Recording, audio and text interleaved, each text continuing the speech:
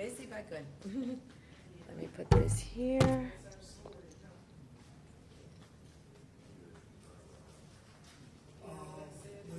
I'm sorry? I know. I know.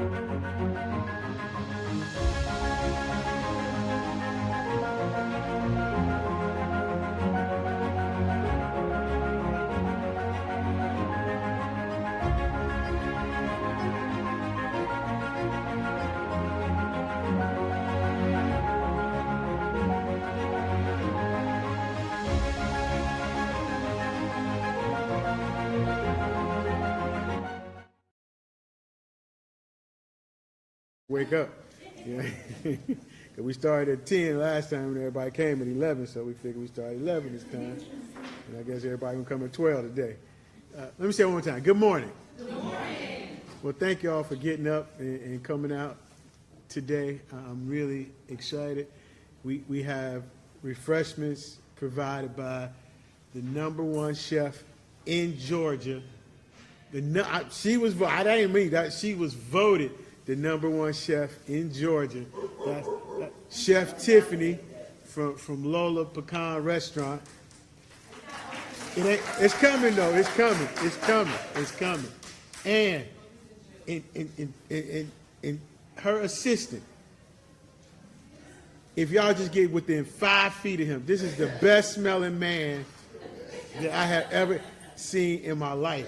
He won't give me the combination of oils and colognes that he uses. He talking about just a little bit of this, a little bit of that, you know. But if you just get close to the table so you smell him, you know.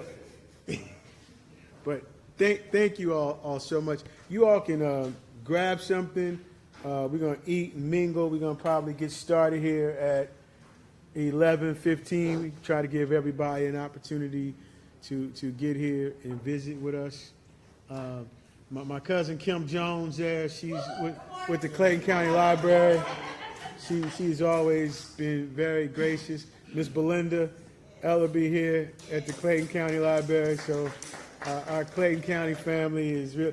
My man Marcus, he helped get everything set up this morning, you know, so y'all can kind of eat and mingle and get to know each other. We got my people back there in the back holding it down. If y'all need a loan or anything, Mr. Williams, he's one of the richest people here today. Well, pretty much the whole county. So he's going to be on our panel here. And I've been chasing him for the last 15 years. We got the Ammons brothers over here. They 2-generation appraisers, first and second. I've been trying to get them to get me some of that good hair. They won't share, though. And thank all of y'all for coming, and we're going to get started here shortly. So feel free to grab something, grab some coffee. That's it. Any questions? Don't ask me, ask them.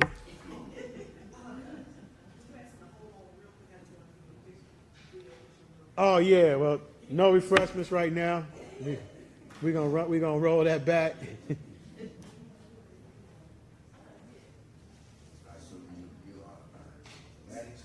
Yes, sir. I'm sorry. I am Thaddeus. I neglected to say that. I said everything but. Yes, sir. Thank you. He was the only one that was listening to the radio yesterday when I called in. I appreciate you, brother.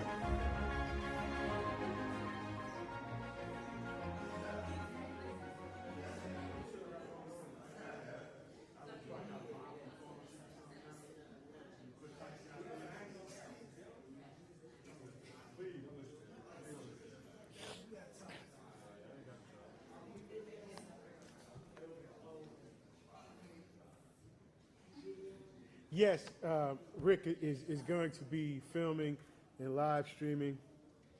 All right, people, I'm gonna need y'all to hurry up and get to Chef Tiffany before we can get started, because Cheryl got to eat. So I'm sorry, not. So I'm gonna go ahead and talk a little bit here. Rick, we ready? I'd like to say thank you to all of you all for coming out today. Today we're talking about, this is our Welcome to Outside the Barn series. Again, thank you for coming. I'd like to acknowledge a couple people before we get started. I'd like to acknowledge Mr. Charles Williams.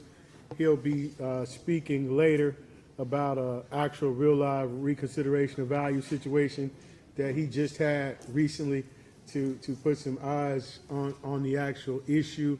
And this one was a very unique situation that I hadn't seen in my career. So I'm happy to be able to share that with you all.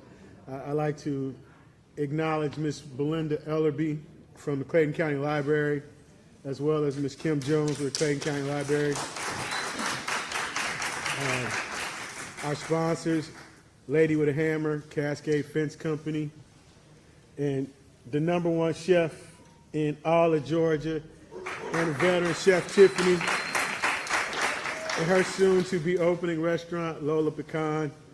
And then my banking family from Pinnacle Financial Partners, Miss Tracy Powell, VP extraordinaire, Miss Cheryl Rutherford, who always takes good care of me, and Miss Paris Hudnall.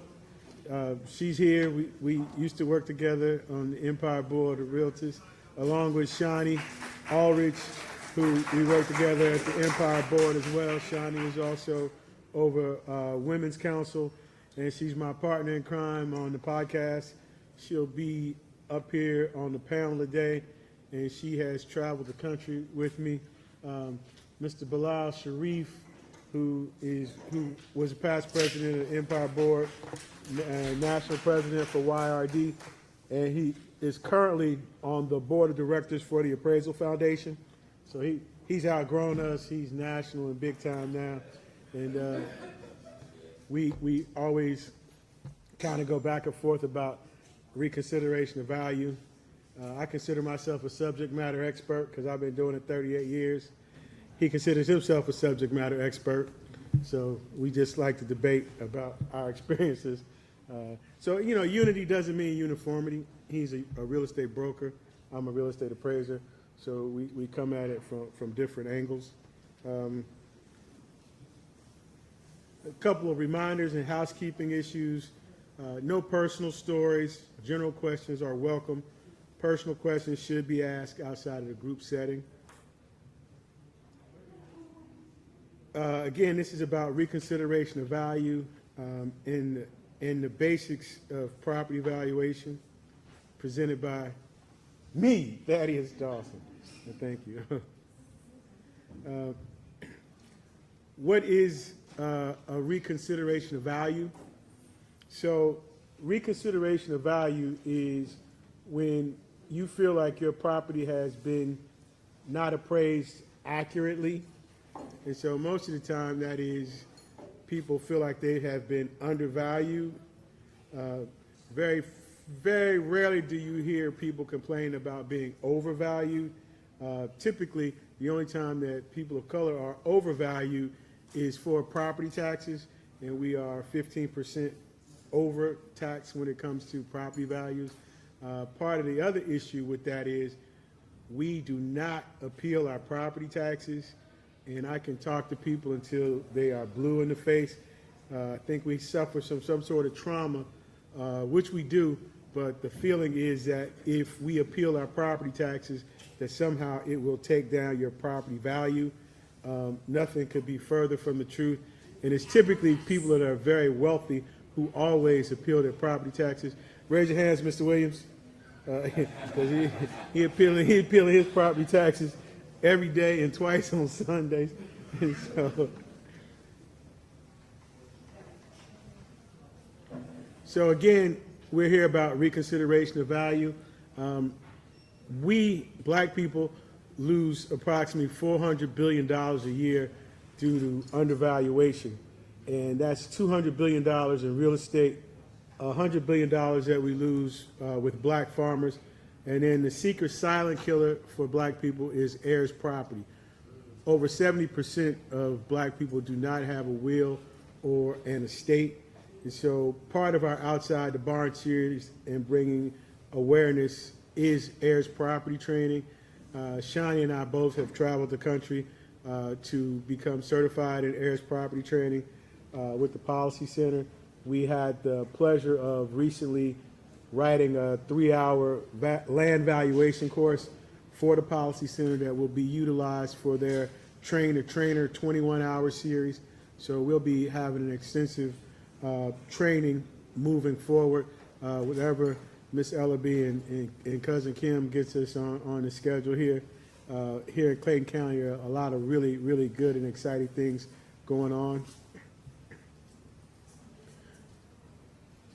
The impact of inaccurate appraisals can affect loans, sales price negotiations, and refinancing. And typically that's where we lose in the refinancing and the inability to tap into the equity that we have built up. So this is very impactful because the equity is what you utilize for down payments for your children to be able to buy houses, pay for college, weddings, all the things that are life issues that help improve the quality of life. Let me just go back a little bit. One of the things that we originally started off doing was our whole goal was to be able to close the wealth gap with accurate valuations. I have since shifted our priorities in that whole fight. One of our other podcasting partners is economist William Michael Cunningham. And one of the things that we have in talking to him and several other ag economists is it'll take 500 years for us to close the wealth gap. So I'm not actually going to see that. And so I want to try to see something I'm going to have an impact on. So what it would take is $200 billion to close the poverty gap. So I want to focus on closing the gap with poverty and improve quality of life. And part of that improved quality of life is us getting back to the earth, to the land. So that's what the Outside the Barn is. Part of what we're doing with the black farmers is market analysis and affordable housing and development. And so if we're able to get back to the rural communities for just because there's no opportunities with housing and there is a shortage, and we can work on cooperative living and improve quality of life. So that improved quality of life includes farm to table, so we're eating better. And right now it's kind of hard to focus on closing the wealth gap when we don't have food security. So our whole goal is to focus on food security and closing the poverty gap, which I really think we have an opportunity to be able to do. Just if we get accurate valuations alone, that would be able to close the poverty gap. Not to mention if 1% of the wealthy just paid what they owed in taxes. I'm just saying, that would go a long way to closing the poverty gap as well. Mr. Williams, I'm sorry. I know you pay your fair share. I wasn't talking about you, sir. And so one of the things that is unique with the reconsideration of value and with appraisers, there's a group of appraisers that believe that there is no bias in appraising. I would beg to differ, and there's a couple of different things that are going on. I travel the country, and these are real people with real situations. The first couple, that lady actually passed. They're both professors in Baltimore. In their case, is ongoing. The other couple, they had a case going on that was settled as well in California. And then the single guy, his case was in Cincinnati. His name is Terry Horton. And we actually worked on that case. And we started with the reconsideration of value. And after we did that case, it was recommended to the National Community Reinvestment Coalition, who then recommended it to HUD. So it's currently at HUD in the Justice Department. In the current climate, I don't know where it actually ends up now, but as a result of that and those stories, we started getting calls from all over the country, which then started me to be able to, it sparked me to go and start answering these calls and then just to really see what was going on. And what I found out was that there was nobody advocating for black people in the appraisal valuation space, and there was nobody advocating for black people in the appraisal space to actually become appraisers. So we started on this mission, and this baby and this project will actually be 2 years old in June. We started at Super Saturday at Atlanta Technical College.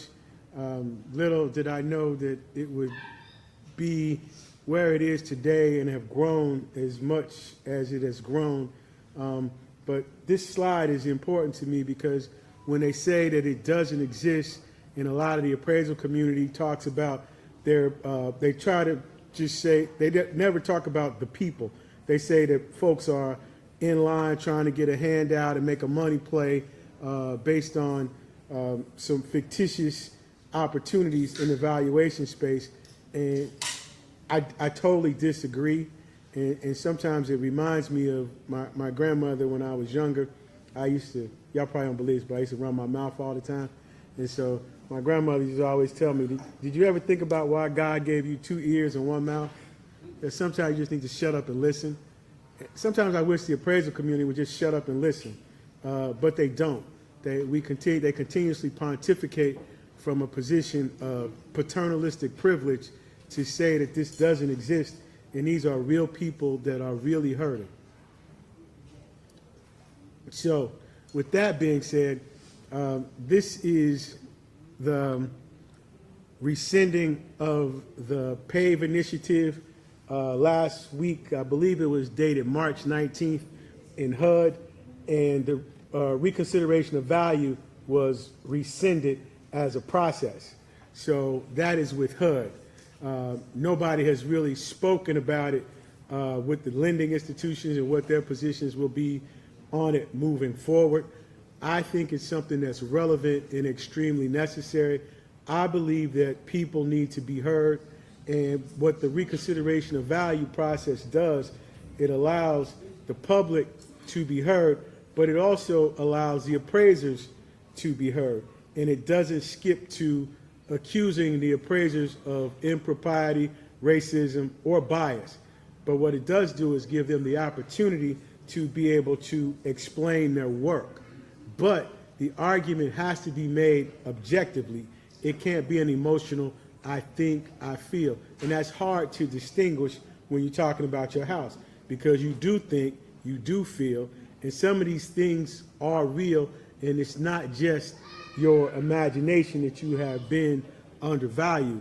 So this reconsideration of value process was really new to begin with HUD and with the public. The VA has had this process for a very long time, and it's been very effective. And okay, so the other piece that I know I skipped a little bit, but the other piece that I wanted to talk about, so this is the VA Tidewater process. This is a process that the VA offers for their veterans, and why it's so effective and it's the best appraisal process that you can have is that the VA does not care about the lender, the builder, or the realtor. The VA's primary concern is the veteran. And if you talk to the chief appraiser for the VA, James Hazlett, he will tell you, it's not about the veteran, it's all about the veteran. So in our fight for forgotten communities, the veterans are one of our forgotten communities that have been just left behind. Appraisers are part of the forgotten community, and of course you all are part of the forgotten community. and I am blessed to be able to represent and speak for the forgotten community. The VA Tidewater process, again, is very, first the VA protects the veteran, but secondly, the VA protects the appraiser. Nobody protects the appraiser. The appraisers have been used for fodder and suffer from PTSD. So they've been accused of bias. Some of it has been wrongful. And a lot of the bias that you see in appraising is systemic and institutional. So we have to go all the way back to redlining with HUD originally. We have to go back to the Federal Highway and Transportation Department, breaking down the neighborhoods. All of this was done with intentionality, and it's not going to get fixed overnight.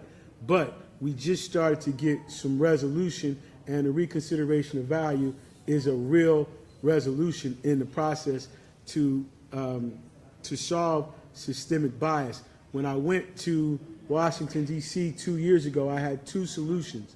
First one was black people doing appraisals for black people.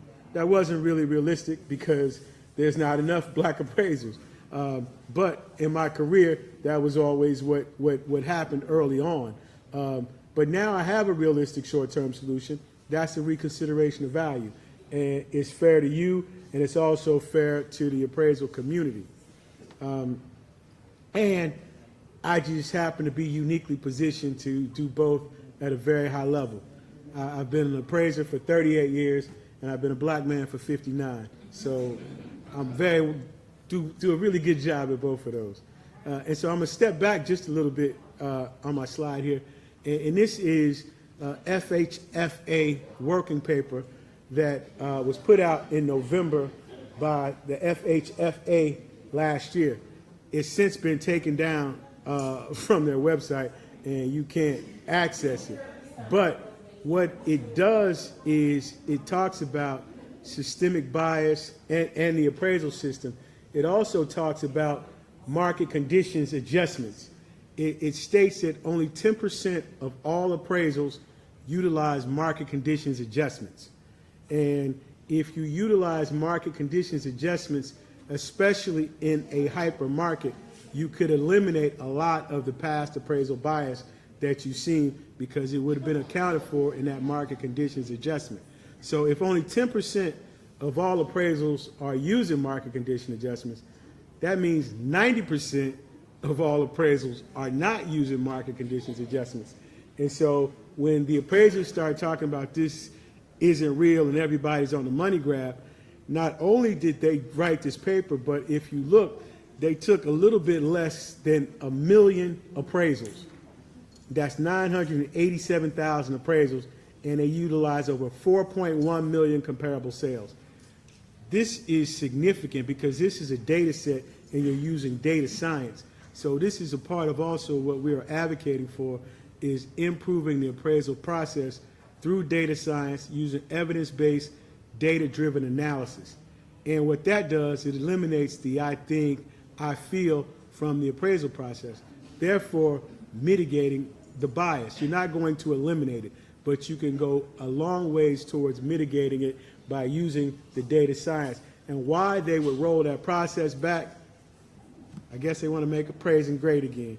But what we really need to do is work and focus on modernizing the process so it's a fair and equitable treatment for everybody.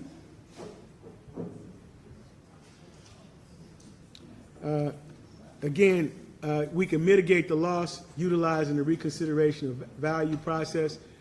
It's an extremely effective process, and we have the ability to be heard. And I believe that this is what needs to happen. So talk to your legislators, county, city, state, federal, talk to your lenders. This is something that really needs to happen. I've been speaking the last couple of weeks on a couple of different policy panels in Washington, D.C. at the Minority Policy Summit and in Houston at the Policy Center Advisory Board meeting. So it's really important that we advocate for these types of policies, and this is Fair Housing Month, so there's a lot of affinity groups that are visiting Washington, D.C. right now. So these are things that need to be talked about and discussed. We've actually added policy to the Outside the Barn series. So again, we want to bring awareness to these issues, and this reconsideration of value is our issue that we're fighting for and standing on. And we have been doing this quite a while with the VA and with the National Community Reinvestment Coalition. So I have since hashtagged myself the ROV appraiser. So we weren't able to raise funding through grants, so we got to get out here and get it out the mud like we always do. I'm not crying about it. I just roll up my sleeves and decide to go to work. I learned a long time ago that tears and sweat are made out of the same material. So once I got finished crying about us not receiving funding, I'm going to go to the other side now and sweat and get this thing moving. Who can request an ROV? Typically, it's the aggrieved party. So if you're trying to refinance, you have the ability to request it. Sometimes the lenders will request it, depending upon the situation and what they came up with. If you're in a purchase, sometimes the brokers are responsible for trying to get the information. And typically, what I try to do in coaching a lot of appraisers is, a lot of times we want to be right. The most important thing is to get it right. And sometimes brokers have information that you may not have been privy to at the time of actually doing the inspection. So the Tidewater process allows 48 hours for the brokers to provide, or the lender to provide, additional information for the appraiser to consider in the process. So the process now, as it goes, even with the reconsideration of value, it didn't have the Tidewater component, and a lot of folks or appraisers would argue that it violates USPAP. I would say that it doesn't violate USPAP because USPAP is not a rule or a hard and fast guideline, as evidenced by it changing every other week. So if you get a couple of people together and it actually advances the profession, it can be done. When is an ROV appropriate? If you notice those folks around the table looking like, what? You know, that's kind of the, when you feel like you haven't gotten it right. So again, it's looking at some features. Sometimes things are missed. In the appraisal process, you may have done some updates that the appraiser might have missed or miscalculated. I know we tend to run through a house pretty fast trying to make time, and I have missed the bathroom that I didn't actually open the door in the bedroom. So it happens, but it's just a matter of bringing it to the appraiser's attention. What a ROV is not, which is important as well, it's not a way to pressure appraisers to make the number that you want. It's not a second appraisal, and it's not a guarantee that the value will change. It's not for options without data. So again, the argument can't be emotional. It has to be something objective and something substantive, because there's no such thing as a perfect appraisal unless I did it. But every appraisal has some sort of errors in it, and you have substantive errors and non-substantive errors. And so the substantive errors would have an impact on value. The non-substantive errors could be just about anything. What's included in an ROV request? Clear explanation of your concerns, briefly describe what you believe may have been overlooked or misrepresented, supporting data, comparable sales, include sales that are most recent, more similar, or more relevant to the subject property. And again, we have brokers and appraisers in here, and a lot of times the brokers like to throw every inch of the house into the square footage calculation. The appraisers are only looking at the gross living area above grade, and so a lot of times that needs to be separated out. Just recently had an argument with somebody, and they told me they had 4,000 square feet, and based on the average price per square foot in their area at $200 a square foot from Zillow, that their value should be $600,000. Well, of course, I was at 4 something, and I tried to explain they had a 2,000 square foot house and 2,000 square feet below grade. And so that was an argument, but I won. And it wasn't about winning, it's just about the information and how it's presented and being able to manage the expectation. And again, why is it important to understand the reconsideration of value process? Because it protects you in all aspects of real estate and encourages fair and accurate valuations. Right now, markets are down, and then there's downward pressure. So some of those market condition adjustments may be downward, and it's hard for people to think that the markets actually go down, and they do. However, the value impact with the downward markets are a little different and unique, because the situation just happened yesterday. We had a declining market, but then the marketing time was less than 90 days. And so a lot of the underwriters or the non-subject matter experts that are reviewing appraisals think, well, how can the property values be declining, but yet and still it sells under 90 days? Well, there is an extreme lack of inventory based on all the houses being bought up by people like Mr. Williams and using them as an investment class by themselves. So even though the interest rates are up and the property values are declining, they're not declining as much as they normally would be, and the marketing time is still less than 90 days. So two things can be equal. You just need to be able to explain it. The importance of working with a certified appraiser. Again, I think it's really important when you're looking at a reconsideration of value to have a subject matter expert. Now, you do have brokers and other people that have access to the information, but in my opinion, that's like going to see the podiatrist when you got a heart problem. They're both doctors, but one is a specialist. And I believe this is a specialty, and the profession doesn't really get the respect that it deserves, because a lot of times now we can diagnose our ailments if we go to WebMD. Everybody thinks they're appraiser because they can go to Zillow or one of the other online sources, and then they want to argue about what they found versus what you found. That was me back when I had hair.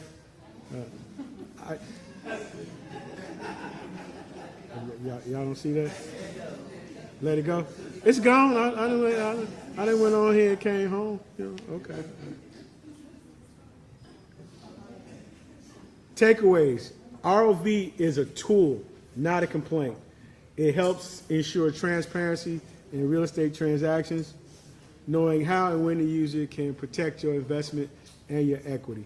So again, the profession lacks transparency and accountability, and when it comes to us, it lacks cultural competency and intentionality. These are things that I speak about, and when I first started advocating, I was specifically speaking for black and brown people, but as I travel the country and before I get home, they're using all my words and stuff on their presentations, which I am very flattered. I figured I might as well just go ahead and lead the whole industry, which is what we have been doing since 2023. And so I'm very honored. Thank you for listening to me. And if you all have any questions, I'll take questions for 5 minutes, and then I'll have our other panelists start to come up. What do you think, or will Trump affect any of this from the things he's doing now? Because I got a Section 8, and Will be affected? It's already been affected. I mean, it's everything has been affected. That reconsideration of value policy was rolled back on March the 25th. It doesn't exist right now for HUD. So everything is affected.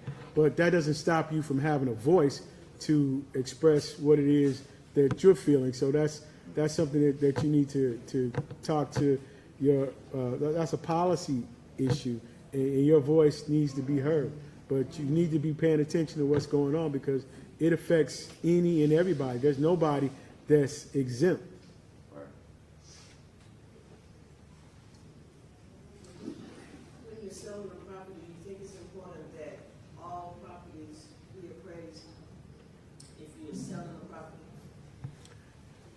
That's a really good question, and I didn't talk about that at all. So I'm glad you brought that up, because now they have appraisal waivers, and so with the appraisal waivers, if you have a certain credit score and you live in a certain zip code, you don't have to get an appraisal on your property. So they're basing that on those 987,000 appraisals that they looked at. They figure they've got, with the UAD data set, they can give a price per square foot for any zip code in the country. And so what tends to happen is you get that based on, let's say, a Zillow. That doesn't account for all sales. Those only account for those sales that went through that particular system. So what happens is when things start to change, like what Zillow lost to billions of dollars a couple of years ago because they were overpaying for property, but then the property value started to decline. Those models don't account for the velocity and time and when things start to change. So what then happens is you start to get what Phil Crawford refers to as data cancer. And now you got a very artificial sale because you don't really know what the appraised value is, and it raises everything up in the neighborhood. So now you can start to reconcile to that highest value. Now, it shouldn't really cause a data cancer if the appraisers were doing their job, because it would look like an aberration and not a verified sale. But because appraisers are not very well trained today, people will use it as a sale in the way that you're using the market analysis, and you just need a sale to be able to prove your point, as opposed to using data science and the preponderance of evidence. It'll become a problem when they go back and try to refinance it, and then it won't be what they bought it for, and then some folks are going to be really angry and looking for fingers to point. But that particular time, that will not be on the appraiser. That would be between the lender and the realtor.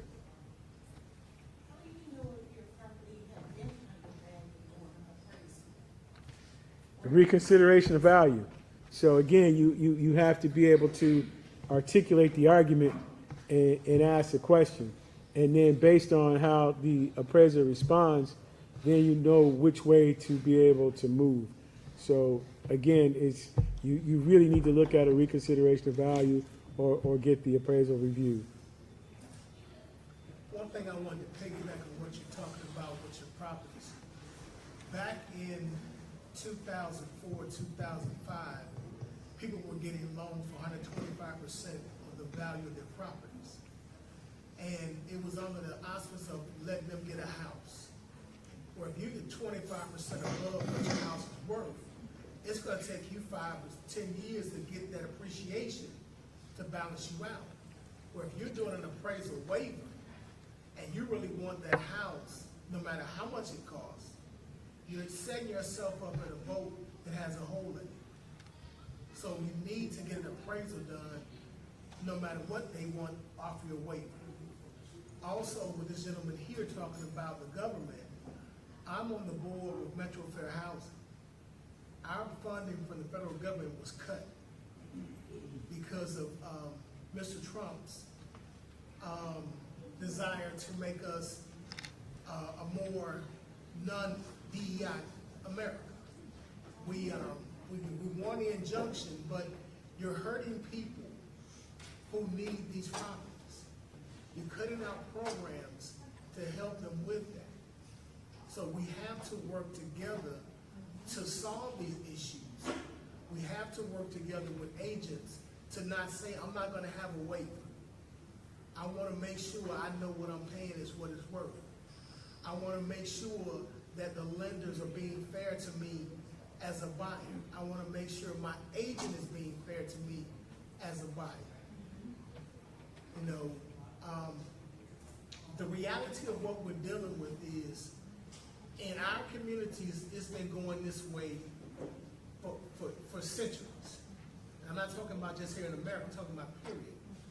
You know, but we have to start sticking together to work through this process and make it better for all of us. Thank you, sir. And what do you do again?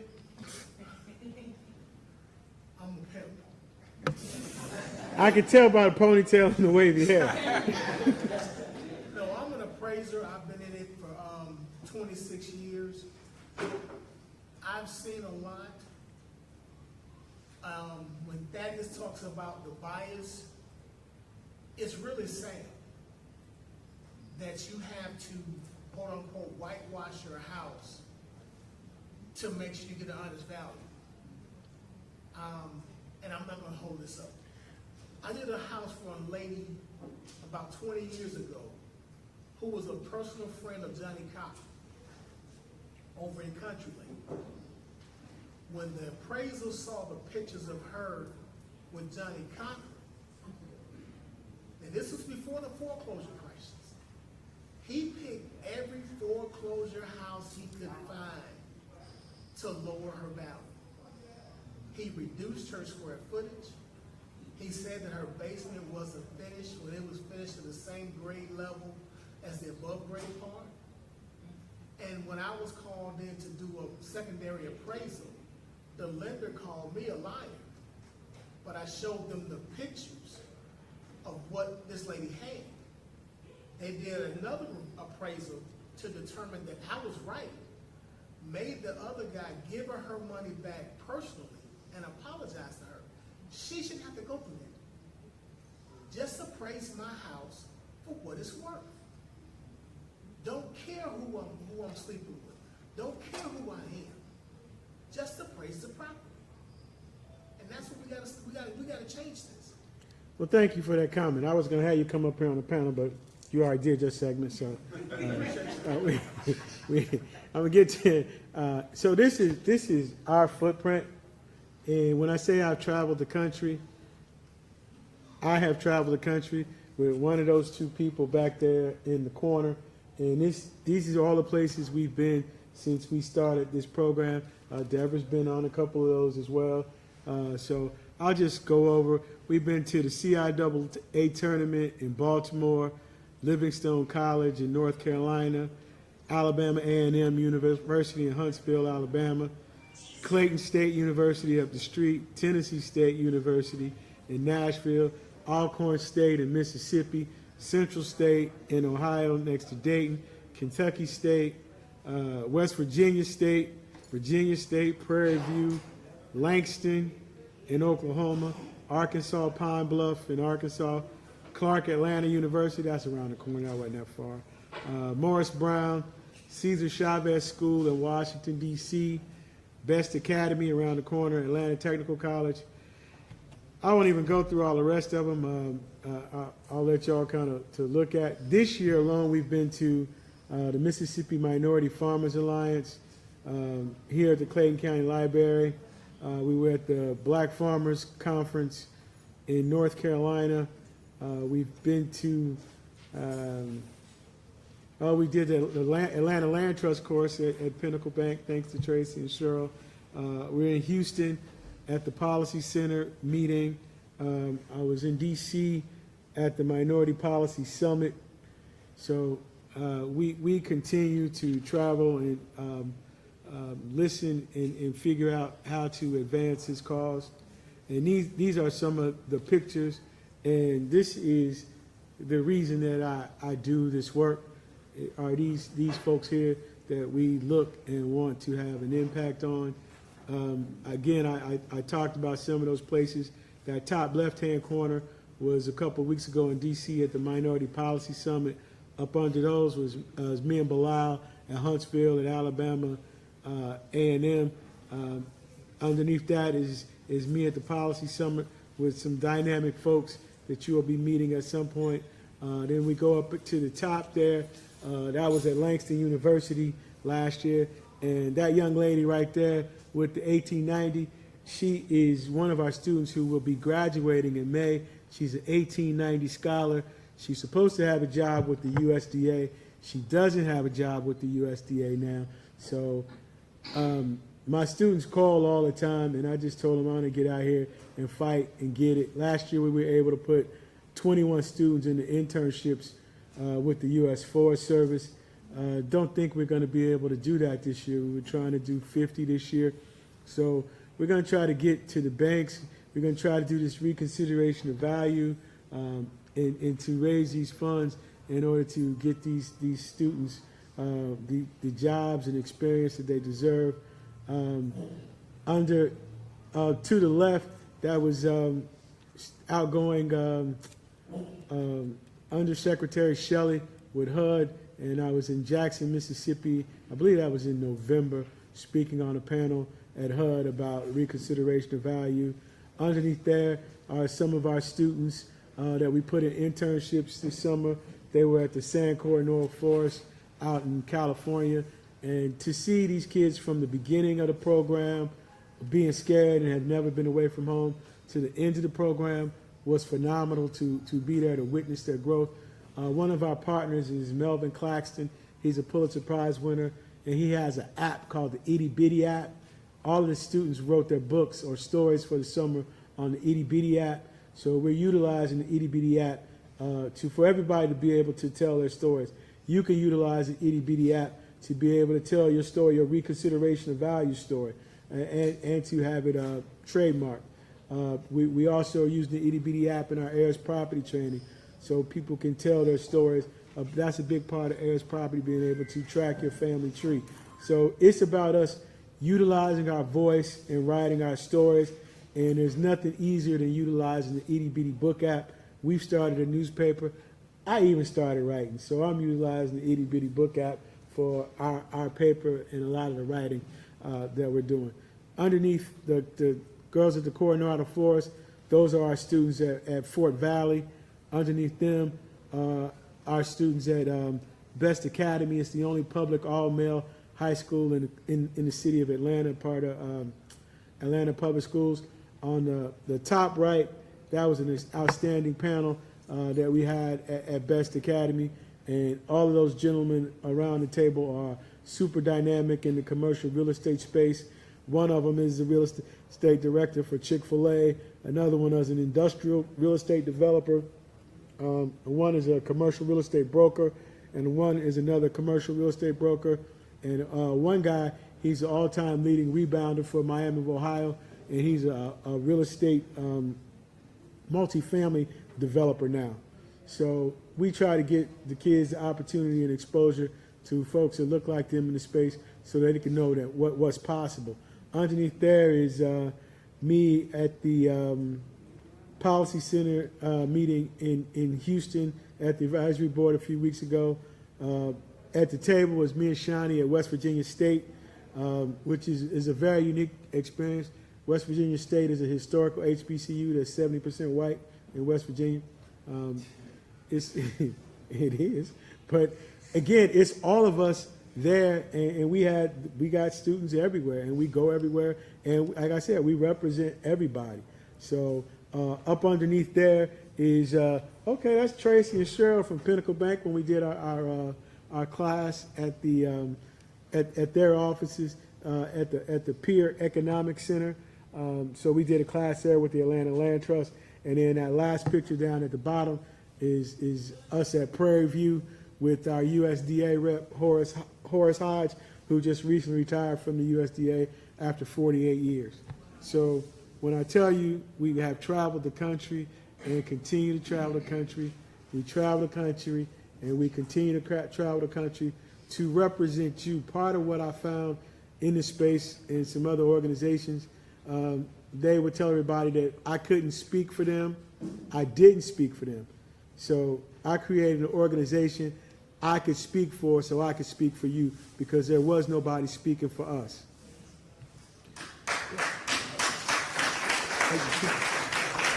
While y'all clapping, all that travel ain't free. Hit the QR code. Yeah, I'm glad. Yeah, let's clap some more. Let's clap on the QR code, and so we can.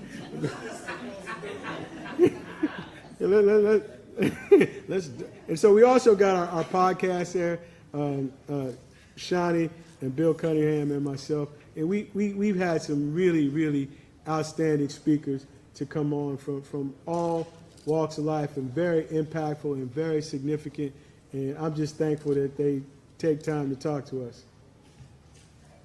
that's it. So, thank you all. We're gonna take a quick little break, but 2 minutes if y'all want to re-up with some more refreshments from Chef Tiffany, and then we'll have my panel guests. If you all could come up, Mr. Bilal Sharif, Miss Rashanya Aldridge, Mr. Charles Williams.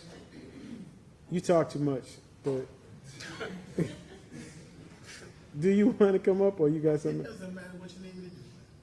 We'll come back to you with some questions because you know that's 30 minutes by itself. We want to be respectful of everybody's time. And sitting next to him, he's a second generation appraiser. That's his son, and I got him coming next week for careers in real estate. And I can't tell you how proud I am of him. He's an auditor at the Fulton County Courthouse, and so he's tax assessor's office. I'm sorry. Yeah.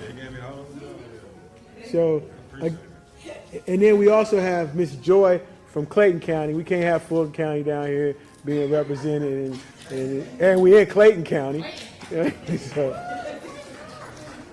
So, if y'all want 2 minutes, Shawnee.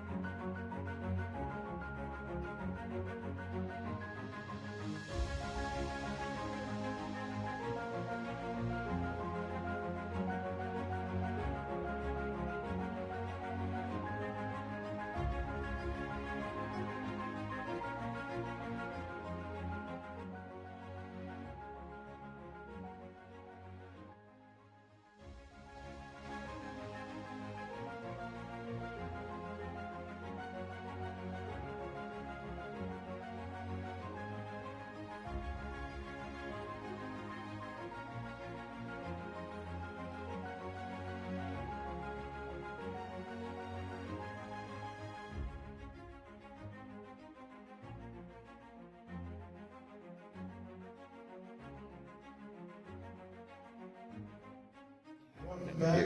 I guess we just talk We loud. had a nice little break.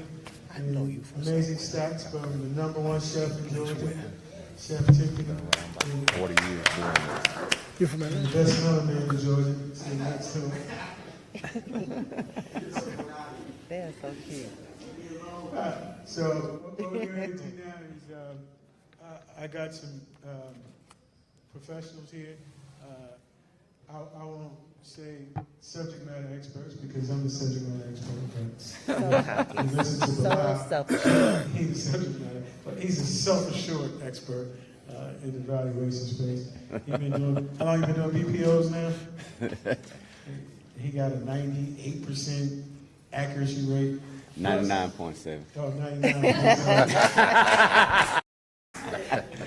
If you're saying numbers, Yeah, you mentioned it. Speaking on a panel at the Appraisal Foundation last year as an expert in reconsideration of value. And we had some conversations about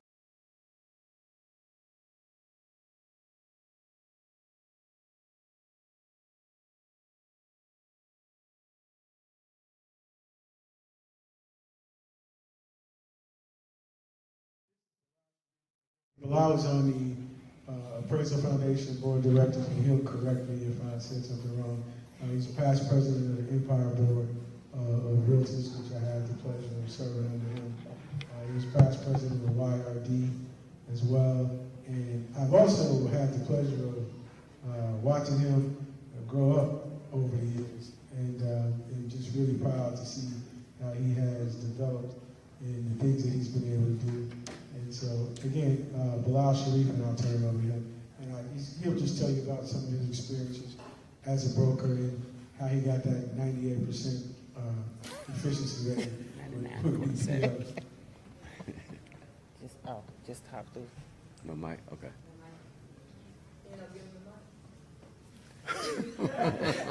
He has a table mic. I think that's for the audio in the back. All right. This morning, still having great afternoon, everybody. Pleasure to be here. First, I'd like to start off by, passing back, giving kudos to Thaddeus Dawson for everything that he's done. I realized that I would not be a trustee at the Appraisal Foundation if it weren't for Thad. It exposed me to that, working with Thad and his organization. So I'm a person, I never forget where I came from, how I got where I'm at, so regardless if I say we may go back and forth, I always appreciate him. And like I said, I'm down for the team and for the cause. But like I said, I'm Bilal Sharif, born and raised Atlanta, Georgia, 20-plus year real estate professional. As Thad say, self-certified authority in the valuation space for about 15 years. I did start, as an agent doing BPOs, as a listing broker for the foreclosed properties in about 2008, 2009. Prior to that, I started off as an investor myself, buying, fixing up, and selling properties. Georgia mentioned some of the things that was happening in 2004, 2005. It was a different market, even as it relates to appraisers and value. And as an investor, I think Warren Buffett said a quote that says, "Be fearful when everybody's being greedy, but be greedy when everybody's being fearful." As a young person in the real estate profession back then, I was somewhat fearful because everybody was being greedy because of a lot of the regulations, 2005, 2006. There used to be drive-by appraisals, literally where I saw people doing houses next to the houses that I was doing legitimately, where we were putting 15, 20,000 in a house. It might appraise for 250. When it's a house right next door, they did a drive-by appraisal on, and it's appraised at 350,000. And I know I look inside that house, ain't no walls in there, ain't no electrical. It looked good on the outside though. So what was going on back then was a lot of things. It was some, mortgage fraud and a lot of things that was happening because, the person on that deal with that 350,000, they did that transaction, months later, the house foreclosed. I found out the buyer and the seller both walked away with over $90,000. That person just, got that appraisal, they bought it, they never had intention on making any mortgage payment. They just was extracting money. So while you had a young professional like me going around legitimately doing work, knowing how to, look at values, or at least back then I was using different websites and things, Bank of America, because it was money I was actually investing, to, where they, like I said, were just doing that, and just, a lot of appraisals, and people went to jail years later because of some of the things that were happening. And so being abreast of the changes and things that, go on has always been a passion of mine. So when I got licensed and I became doing BPOs, I really took it serious, and was able to see discrepancies when I, as a real estate professional, if a appraiser came in low, I didn't just say, hey, well, this came in low, you're discriminating against us. I would go and I would say, hey, well, why did you pick this comp, or why did you use this adjustment? As Thad mentioned, a lot of them weren't doing market conditions. I had learned how to do market condition adjustments early on, doing valuation, how many homes sold the prior 6 months, this 6 months, what percentage did it increase, the amount of availability, things like that. You have to be very objective in your approach when you're communicating to another appraiser. So I just want to mention just a couple scenarios. One where I've worked with a seller to where I had the discrepancy in the value, and I was able to just literally communicate to the appraiser to, some additional comparables and things that he may not have known about, and then some work that was done to the property that he, necessarily didn't know about. And so by doing that, those things, he just went on and changed the value up. There's another scenario when I had to kick the appraiser out totally. It was we was doing NSP, Neighborhood Stabilization Program, type of deals where we would renovate the properties. The development company would pick up the foreclosed property, renovate it, and offer incentives to the buyer up to $25,000 off. The long story short, this was a property in Rockdale, and I know the amount of work they put in the property. We were selling it, I think back then it was like $225, and they appraised us at $175. This was about 2011. In about 2009, some of the criteria changed where they allowed appraisers to use distressed properties, because prior to that, they didn't want any distress, under duress properties used as comparables. So you go from changing, not using all these foreclosed properties, to now when I'm looking at my appraisal report, first off, you from New Jersey. That was the first thing I noticed. This appraiser is from a company in New Jersey. Second thing, not only did they use, foreclosed property, they use all auction sale, bulk sale comps as comps. And that just means like where a bank has, all these distressed assets and they package them up and sell them in a bulk sale. They use all those discounted properties as comparables for, the home that we did, not the home that was within a mile radius, sold within 6 months, that was right around the corner, similar characteristics, similar square footage, not in distress, that had been rehabbed. They didn't use any of those. So in that scenario, I didn't try to even work with that person. I requested that we totally kick his appraisal out and get a secondary appraisal. So it's just knowing how to do things, which people you can potentially try to communicate with effectively instead of just getting it kicked off, because the best case scenario is when you can work amenably with the appraiser that went out by providing additional data. Because even though there is still bias, sometimes there are just incompetencies, a competency situation, or you got to think about it. Sometimes, because you have to have a supervisor and, a person that's getting their hours, somebody else may have did some preliminary work, and the supervisor appraiser just kind of reviewed and didn't see some additional information that you may have seen. So just provide that. It don't always have to be a hard fight. Just know that you have to communicate and work closely with an appraiser or a specialist to be able to articulate the things objectively to get those changed. So just wanted to mention those couple of things in those scenarios as Thad mentioned. Thank you, Bilal, for sharing that 98% with us. 99.7. 99.7. One of the things that he said that kind of resonated is about the bias in appraising. I would venture to say that 90% of the cases that I look at are not biased in appraising. They're just bad appraisals. Right. And again, that's because there is old information. The system is outdated. It needs to be modernized.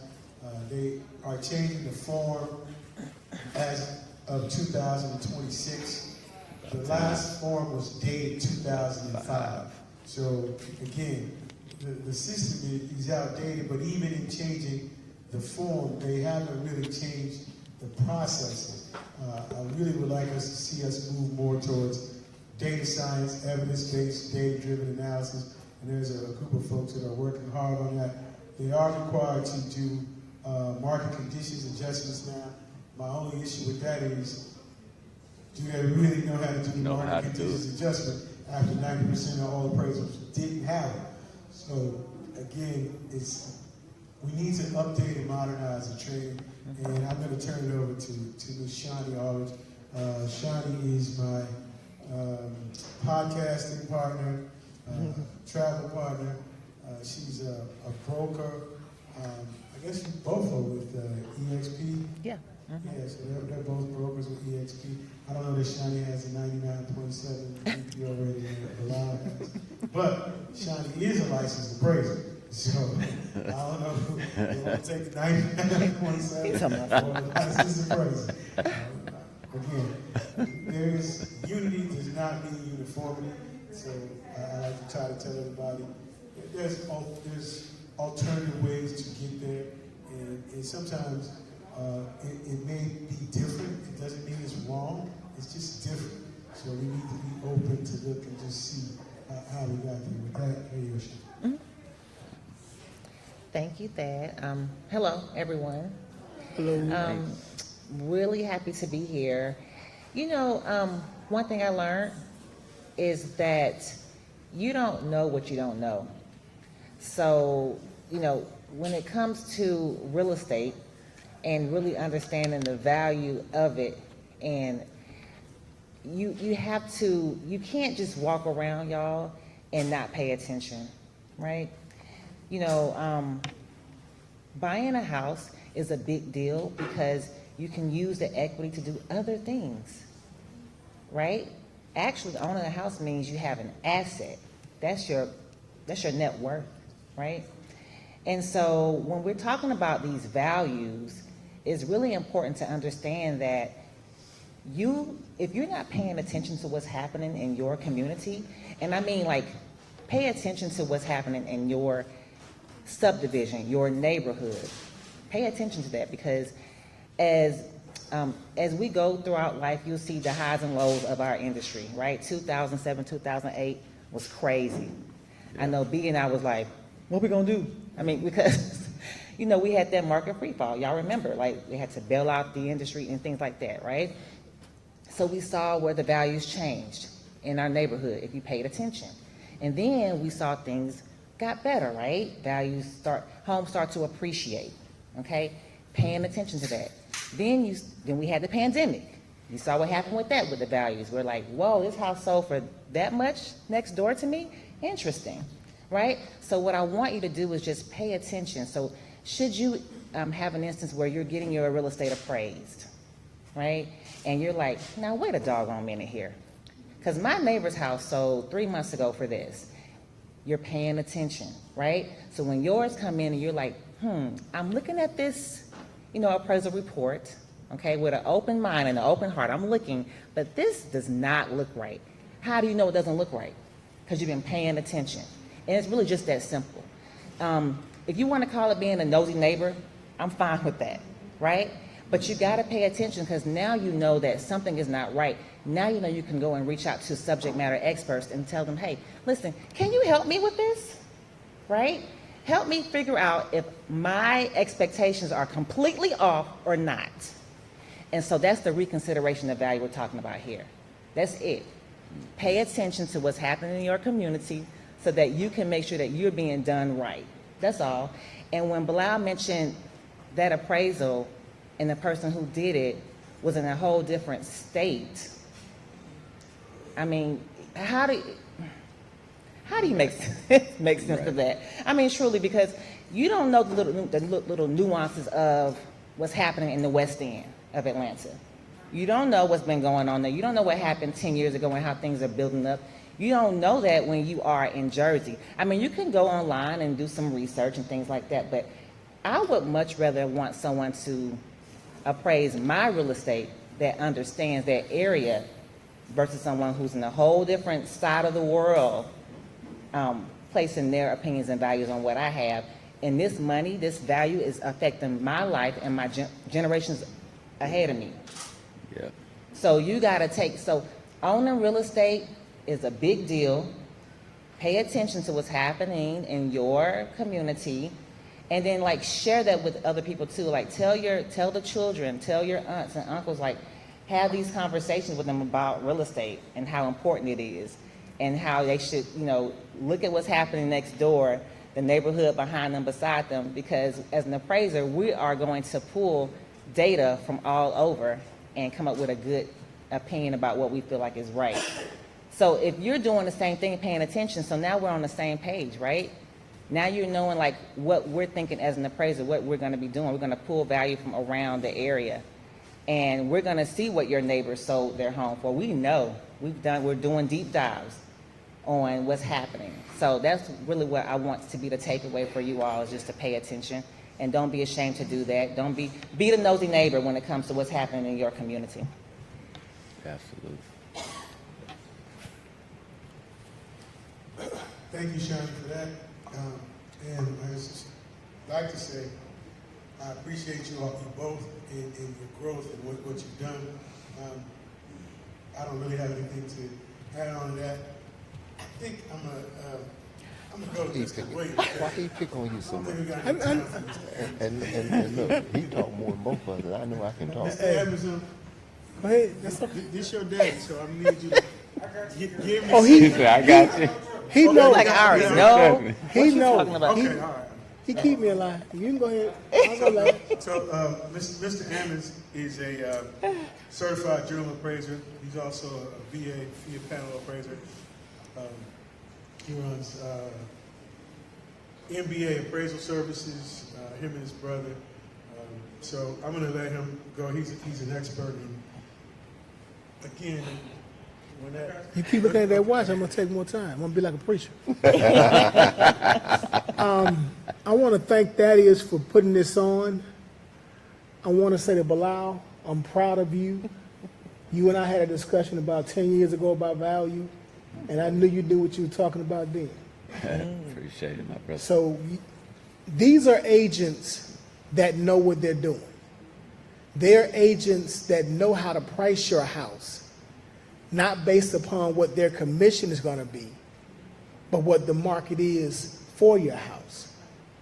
And when you're looking at getting an agent, that's what you need. Not looking at, I'm going to get $3,000, $5,000, $10,000 from this, but I can sell this house in under 90 days. I'm doing my job as the agent. As an appraisal, we look at everything.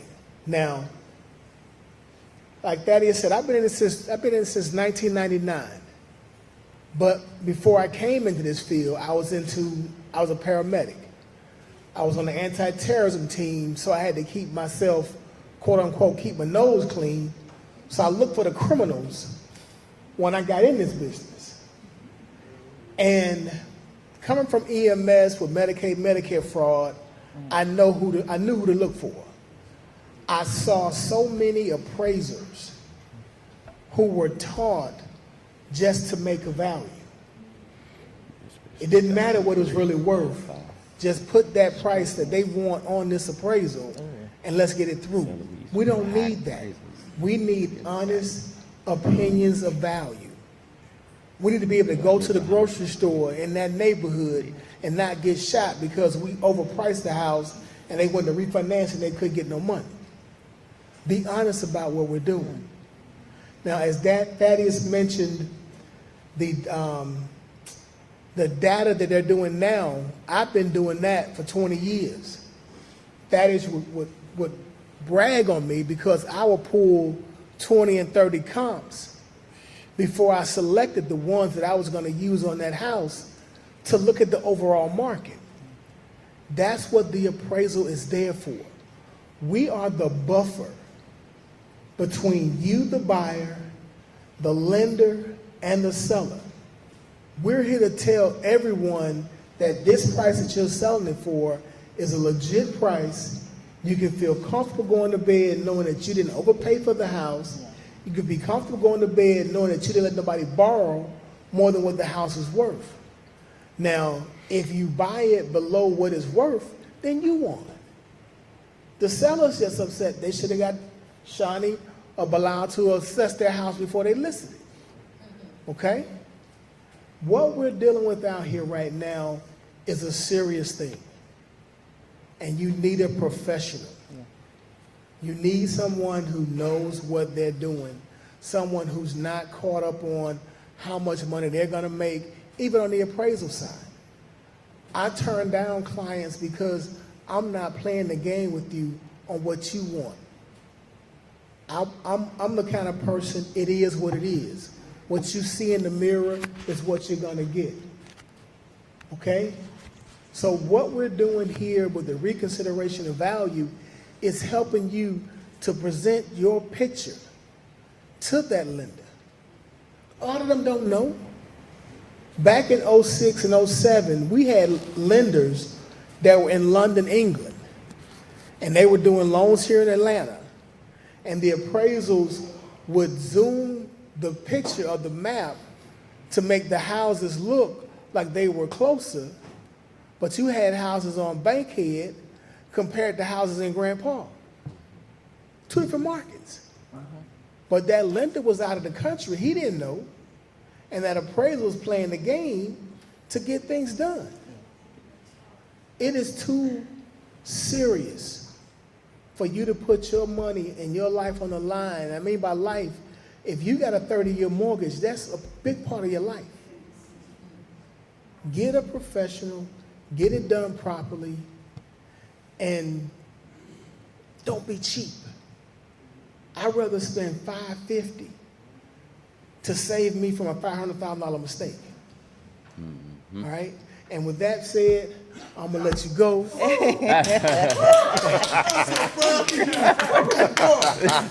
up top. All right, thank you. Thank you. You got a lot of nerve. And what he said was really important about, I see people all the time that don't want to spend money on appraisal doing their due diligence. I just recently had a client who was going to spend $500,000 on a house and didn't want to pay $650 for an appraisal.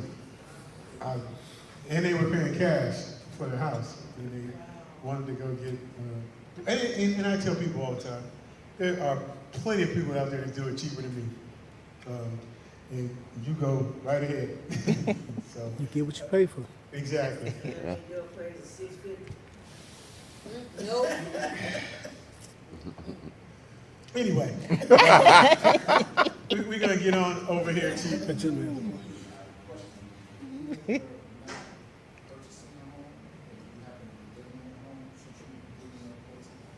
Oh, absolutely. Because of your tax basis. And I don't know if you were here earlier. We don't appeal our property taxes. We have, I would say, over 80% of all of my tax appeal business doesn't come from us. We feel like if we appeal our taxes, it's going to lower our property value. And I was picking on Mr. Williams earlier because he appeals his taxes every year. But that's a misnomer that we have in the community and something that we need to break. And so, again, we're here talking about reconsideration of value and how important the process is for us to be heard. And y'all keep hearing me refer to Mr. Charles Williams. Mr. Williams, his resume is long and extensive. He's developed over half. He still owns the West End. He put the first West End CDFI in there, and they started putting in the street lights and the sidewalks. I met him doing work with Capital City Bank, and he's just, he's been a hero of mine. I'm hoping he put me on that inheritance, you know, but he got all the grandbabies, so I think I'm way down the line. Anyway, Mr. Williams bought a piece of property. What year was that? 2017, 18. 2017, 18. And he couldn't even remember what year, that's how many pieces he got. It is a 2-unit building, and it has a garage and auxiliary unit, which was how he bought it, and somebody lives above the garage. And so it is a legal, well, at the time, there would have been a legal non-conforming use, but they've since expanded the zoning, so now it is a legal conforming use. And so he did his own reconsideration of value. He didn't want to let me in on that money. He felt like he had been undervalued because they didn't consider the value of the unit over the garage. So he wrote his own reconsideration of value, turned it in. But then it didn't work out so well for him. Not because of anything he did. He had a situation where he called me, and I was actually stumped. And I believe he called me on a Saturday evening at about 6, and I think we was on the phone till 9. I didn't include that into my consultation fee. But he was extremely upset. And so what happened was, because he asked for a reconciliation of value, and they did give him credit for the auxiliary unit above the garage, they made up something that it wasn't a legal unit. And then they required that he put insulation and do some work on the garage underneath in order to fireproof it to allow them to be able to consider the unit. And in the process, what they did was call to verify that it was an illegal unit. And they then proceeded to tell the Atlanta Building and Inspections Department that he had an illegal unit.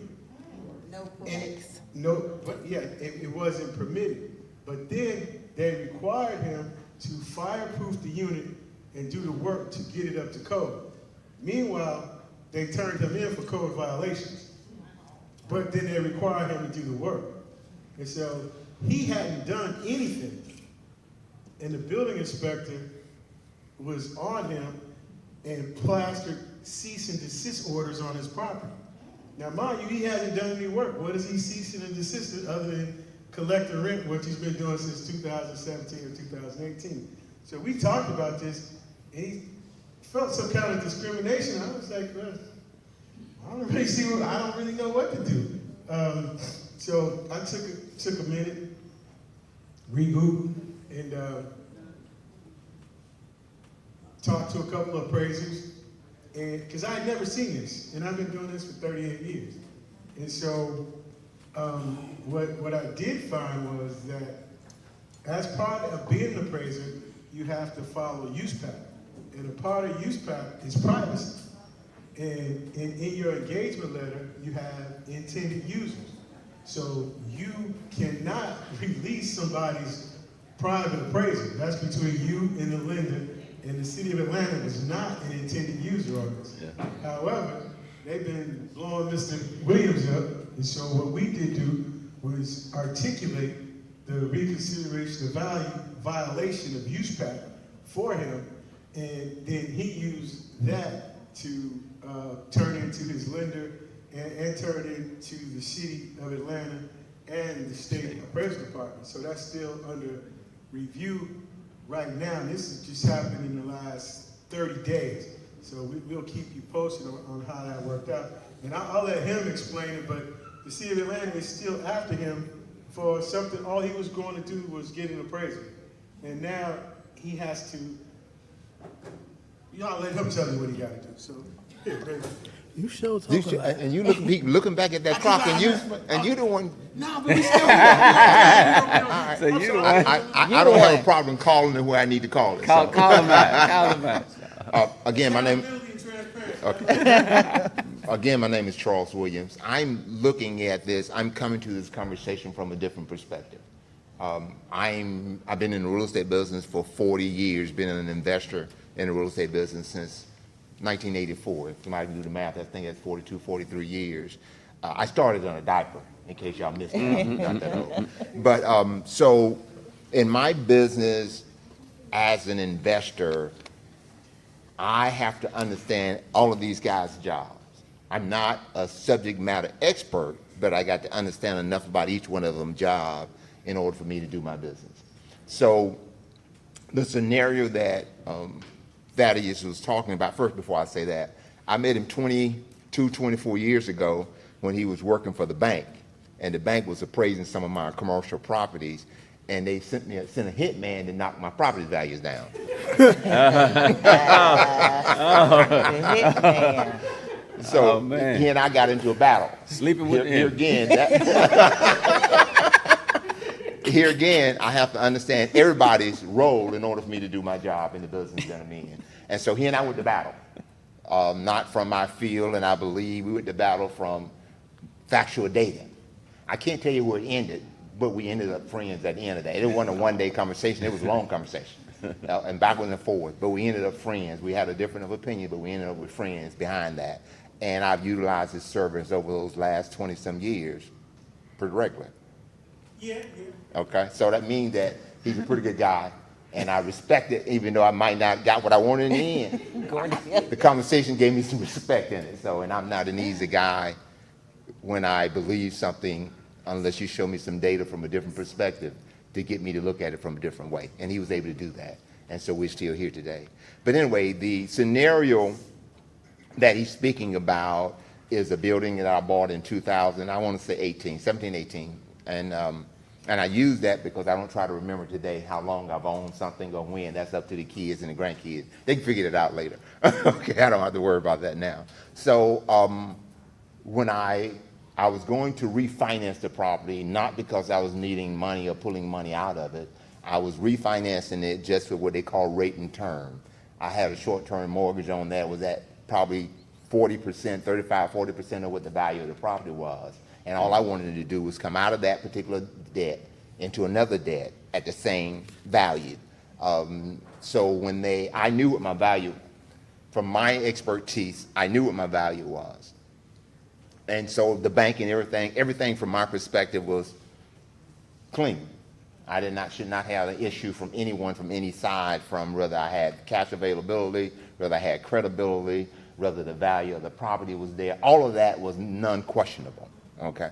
So, but when the appraisal came out, and when you see me, if you see me out there, you'll see me always. I have a kid with me, always a grandkid with me somewhere, because I believe in the only way this thing can move forward anywhere is exposure. Yeah. So they travel with me all the time. They get on my nerve, I get on their nerve, but I put them in the car anyway, and they go with me. So I had a grandchild with me, and the appraiser came, and I kind of stood back, and I'm a talkative person. Okay, that's just nature for me. So I stood back. Normally not my normal self where I talk you to death, because I had my kid with me. And she did the appraisal. Two-family house, built in 2005, permitted two-family, two-car garage, two-story garage, all permitted in 2005. It's been functioning that way since 2005. She came back to me after the appraisal and said that the upstairs unit was not a qualified unit. The unit been there since 2005. I bought it in 2018. Then she came back and said that, all right, we need you to do X, Y, Z inside the garage, hang some sheetrock, a certain fire rating in the sheetrock, and we'll be fine. While we were doing that, the challenge was, how was she evaluating that unit above? Now, I'm seeking I make this, and they'll get it better than anyone else. I wasn't even using the income on that unit. I was only using the income on unit A and B. I didn't even count that income. Here again, the loan I was seeking, and I'm working from memory a little bit, it was somewhere around 44% loan to value. For most of you guys who buy a house, you're somewhere between 90 and 95% loan to value. That's what they lend money on today. So you can see that I was way, way below value. She came back and said that that unit didn't qualify and that she wanted me to do X, Y, Z.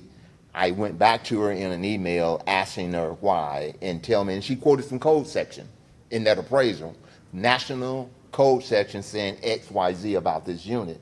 And I asked her, and she didn't give me a code section. She pulled it out, but she didn't say section X, because I wanted to see where she got the information from. So I asked her to go back and ask her, where do you get the information from?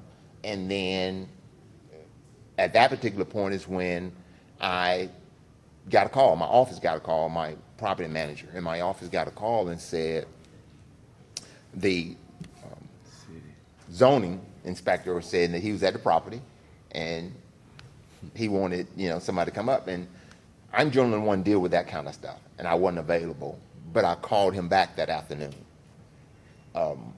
He proceeded to say that he had a complaint of non-compliance and working without a permit, redoing a unit without a permit. And immediately I said, okay, nobody's over there working. He said, yeah, but I got a complaint. And when I called you guys, nobody responded to me. Hold up. He talked to you this morning. I called you back this afternoon at 5 o'clock.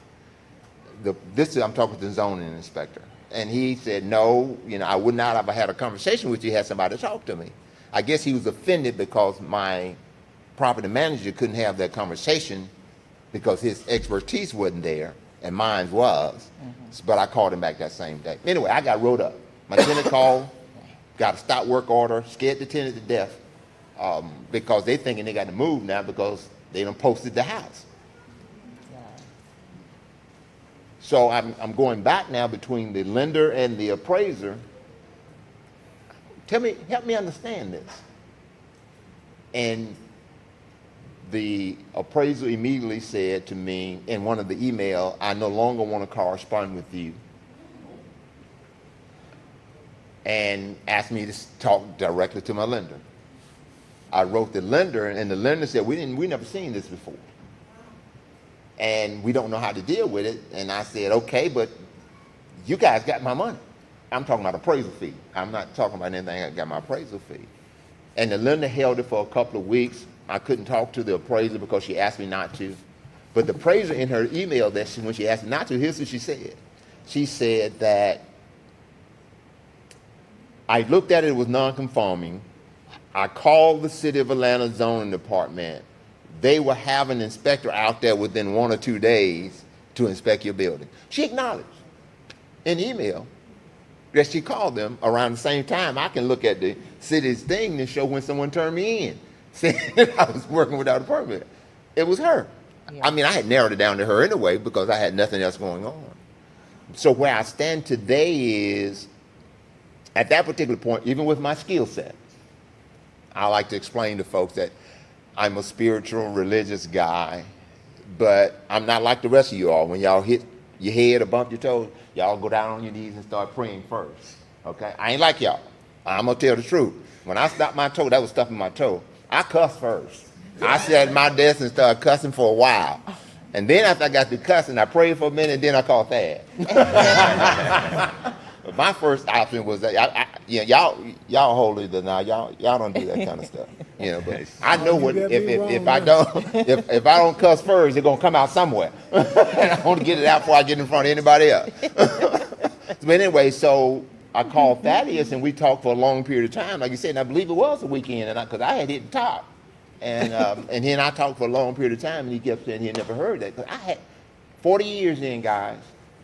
I've dealt with all kinds of appraisals. I've dealt with the ones the bank sent me. I've been doing 2008 when the market crashed down, 2007, 8. I didn't run out of money until 2009 and 10. But when I ran out of money, I deal with all kinds. The ones who was trying to come get me, I deal with them too. You know what I mean? The ones who was coming to appraise because the bank wanted to take my stuff back. So I've dealt with all kinds of appraisals on all sides. So I understood it clearly. But at this particular point, I needed someone with more experience and more expertise in a subject matter that was way beyond what my skill set can deliver for me. And I needed someone who could understand that when my voice tone goes up, it ain't necessarily, don't take it personal, it ain't about you, it's about the scenario. And I called him. And he and I talked through this for a couple of 3 days. And I asked him, okay, I don't know how to articulate this the way it needs to be articulated in order to get the attention that I need. But first off, I wanted to go to the state. Matter of fact, I didn't want to write a letter to the state on the appraisal board. I wanted to go to the state and knock on somebody. Hey, my name's Charles Williams. I've been in, you know. But anyway, he guided me. And I've thus far wrote to the institution, the lending institution. Basically, I didn't tell them this, but in my heart I said this. I don't need your money. I don't want that. Y'all can keep it and go down the street. I'll do this later. All right. But I went to them and they said, first they said, let us evaluate. Then they came back and said, we can't see where you were wronged. Okay. And then I'm doing both of them. I'm with the state appraisal board and I'm with the lender, and I'm making the decision now, removing my ego and emotions out of it. Did you hear me say that? You heard me take a deep breath? To move my ego and my emotions out of it. Do I sue both of them?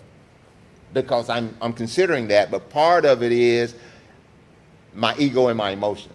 It's going to take me another day or two, or maybe longer than that, to get that out of the equation. Because when I do this, I'm not going to do it because of the way I feel. I'm gonna do it because of what they did to me, and I'm not doing it because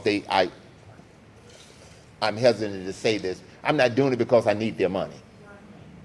I'm doing this because if they did that to me, fortunately for me, I didn't need the money. All I was doing was changing rate and term.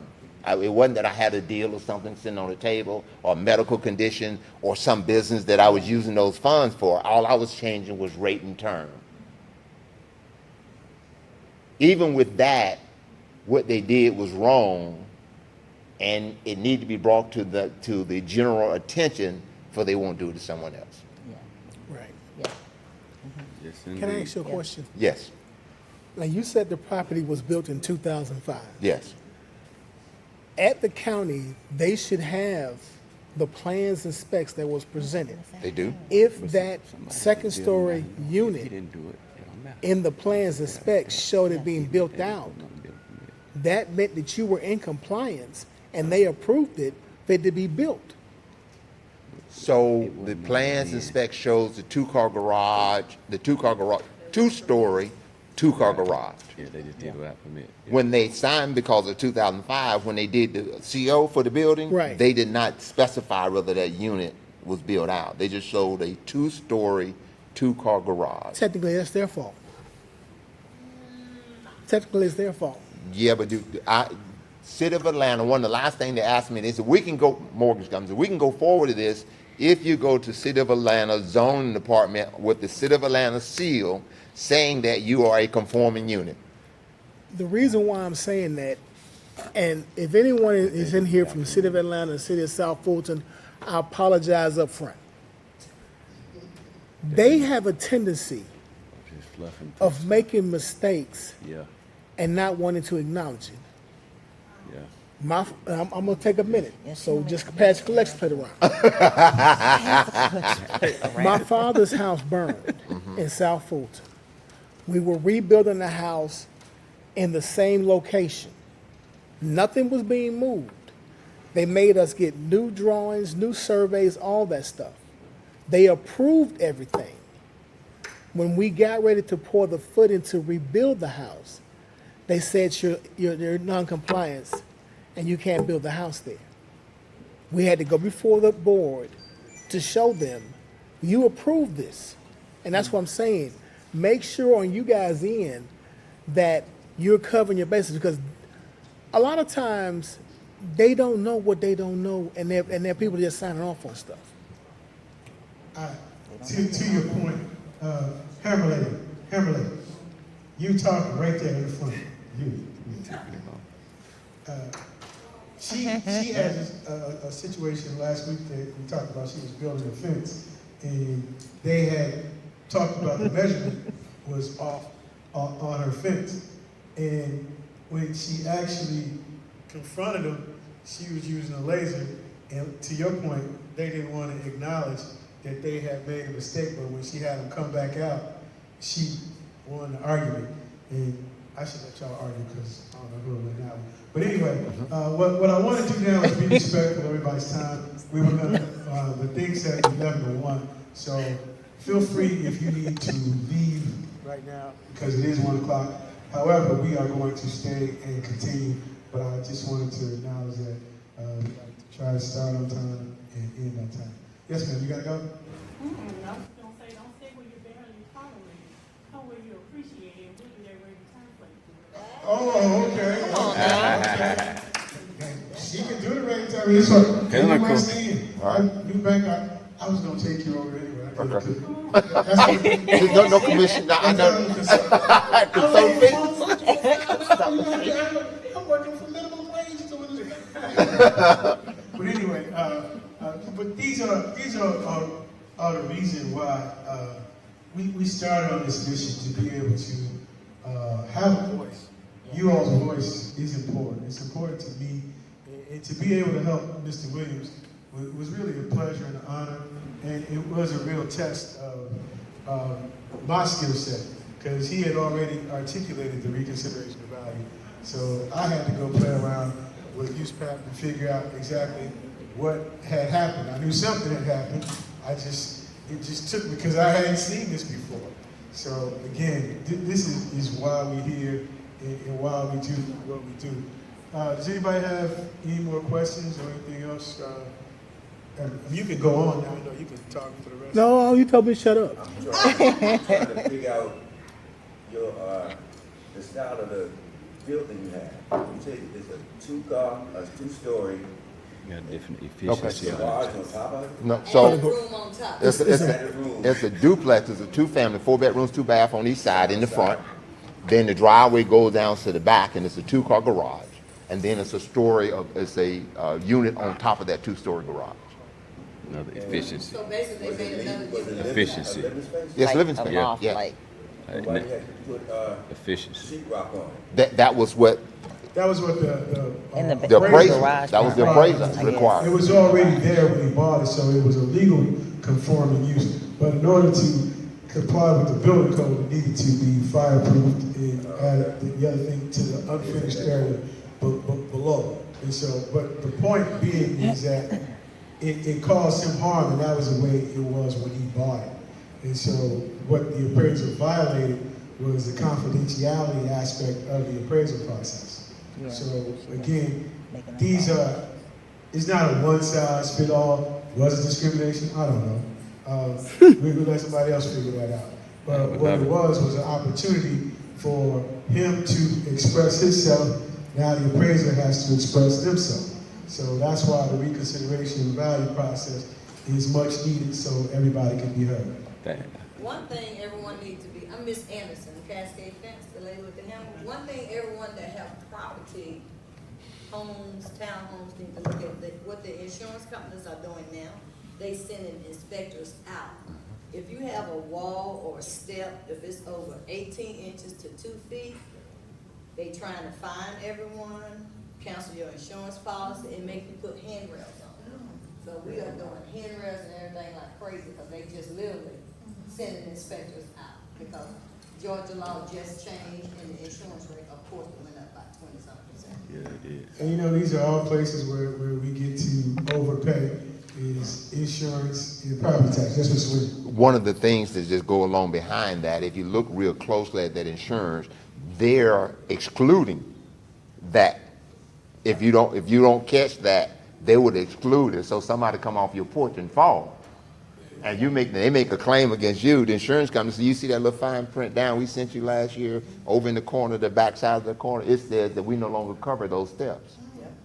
And another thing that they are doing for everyone that's getting basement finished by, and I have Hispanics and whites and blacks work for me, but everyone that's getting basements done, if it's not permitted, when you go to sell that house, you cannot sell that house now. So that's one thing they just started. They checking, they coming for everybody. Every city, Fulton, Atlanta, Fairburn, I've been Well, working you in just all can't. those cities. if it's not permitted, You can't when you go to sell identify it, it. the first thing they're asking for, you probably gonna be finding this out later, is was it permitted? If it wasn't permitted, if that basement is finished, they actually, three of my customers, they couldn't sell a house until they go get permits, which is hard, because now everything is covered up with sheetrock and all that. So that's one thing that's new that's going around. Interesting, Yep. okay. Yep. That's kind of a question I was thinking. That's another new thing. In the event that,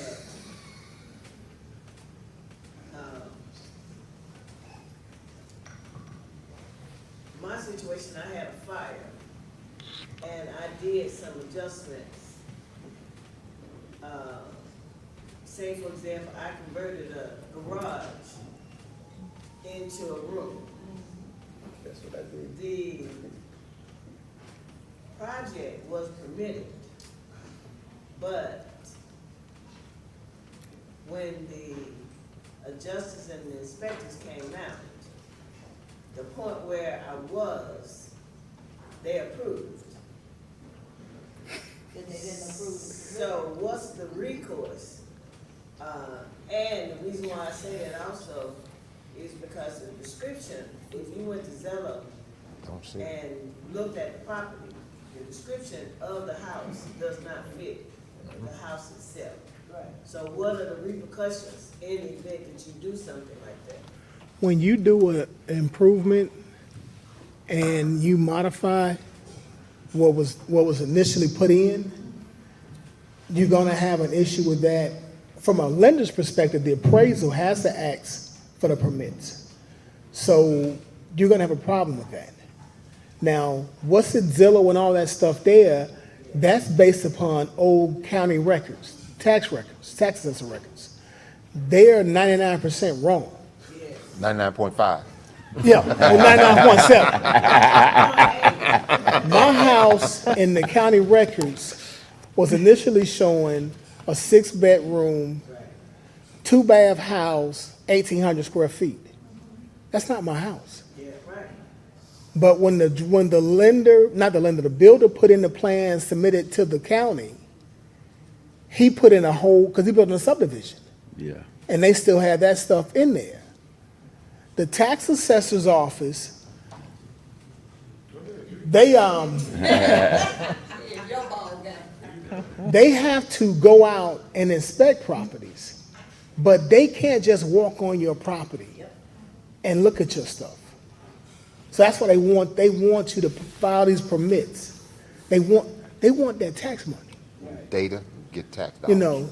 So we got to look at that as well. But with your situation, you're in a very difficult gray area because you went above what was allowed in your permit. Here you go, sir. So, Military we're God bless you. gonna come back to you, but right now, I wanted to just end the program because we were live streaming, so I thought that's what we were gonna do at 1, so we're gonna end the program now. That's all, folks. And thank you all for coming out. Thank you all out in the audience that live stream.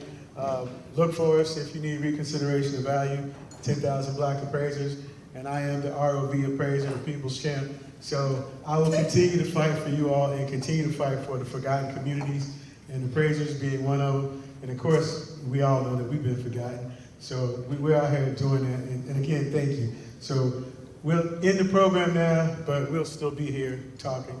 Y'all just can't see us.